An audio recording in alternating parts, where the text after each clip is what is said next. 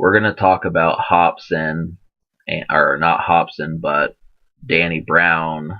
And I don't know that much about him, but apparently he does commercial or alternative rap, and he reminds me somewhat of Hopsin. He's been to a couple gatherings, so I figured why not give his old record a couple spins. So I'm going to let you know that this is very uncharacterized, and also drink a little bit. My voice is a little.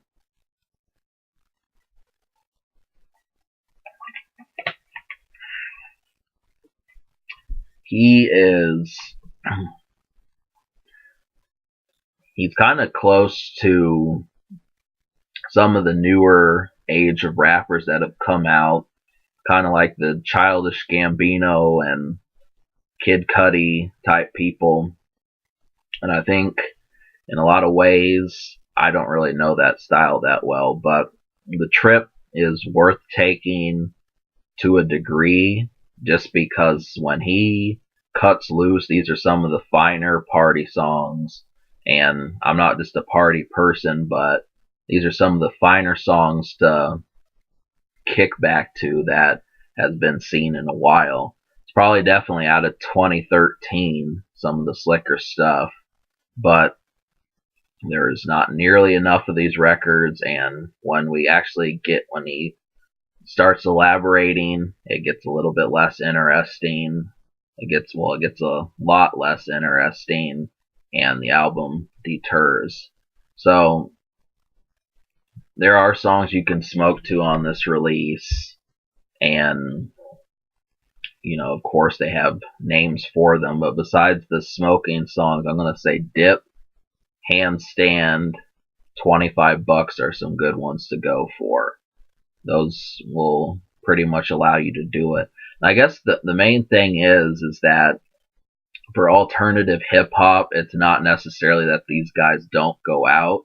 They simply have things to say that are not the normal topics for mainstream rap. So I guess that is still interesting, even though that's, I'm doing it because I want to show off the best records. So it's hard to explain within like 10 minutes. To me, it's about having something to get you excited. And when music doesn't do that, it loses some of its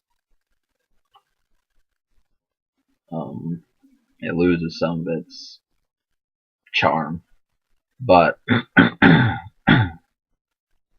so regardless, I don't want to make this a speech about it, but this is just something you're going to see on the Danny Brown album, because there are 19 songs, and less than half of them, less than a third of them are good. So, but the production is handled well, somewhat. Well, it kind of isn't. I mean, the last half of the album really started to hit the ground running, and I probably could have forgiven a lot of this if it just would have had, songs 11 through 19 would have been all fire. It's really like 13 through 18 minus 1.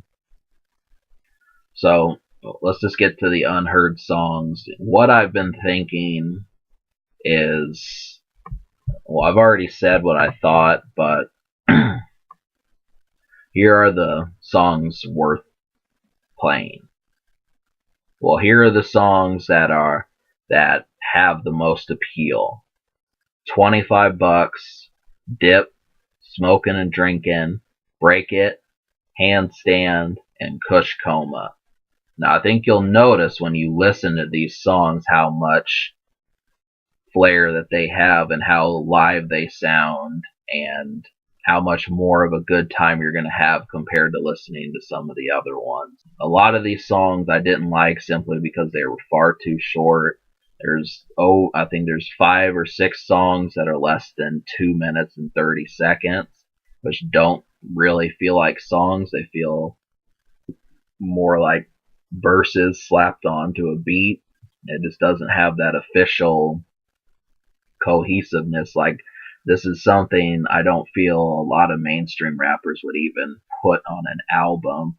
Which for an album, it has to have that package feel more so than just a loose collection of verses. And that's something that I like the creativity aspect. I wouldn't want them to lose that, but it it feels so uncharacterized. I don't know what to do with it. And so, but when you listen, when you get to the last bit of the album and you hear these fire songs, so a lot of these are better than some things that Ludacris has done. A lot of them are better than some things that Lil Wayne has done. Maybe not lyrically, but just in terms of nailing it on the head, picking the right atmosphere, it really kind of makes it win. Some of these other songs, I've listened to the production on them, and they don't have as much of a, like, Dope Fiend Rental and Lonely. They really needed a little bit more excitement to them. Now, I could listen to this repeatedly just to prove my point, but I mean, I listened to it last night, and the thing about it was that they really feel too much unorthodox. I don't know how to describe it. I can't really say, well, it's too murky, it's too dark, it's too bright and cheery.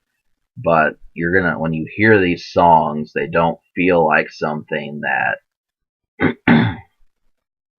a rapper has really done before. And this would be 2 thumbs up normally, but it's not good. That's the problem, is that it's not good music. I like originality, but not to the point where I prefer that to talent. So that's something that a lot of these songs have, but those more hype songs that are towards the end, those are really, I think you'll probably notice that that's where the fire of the album lies.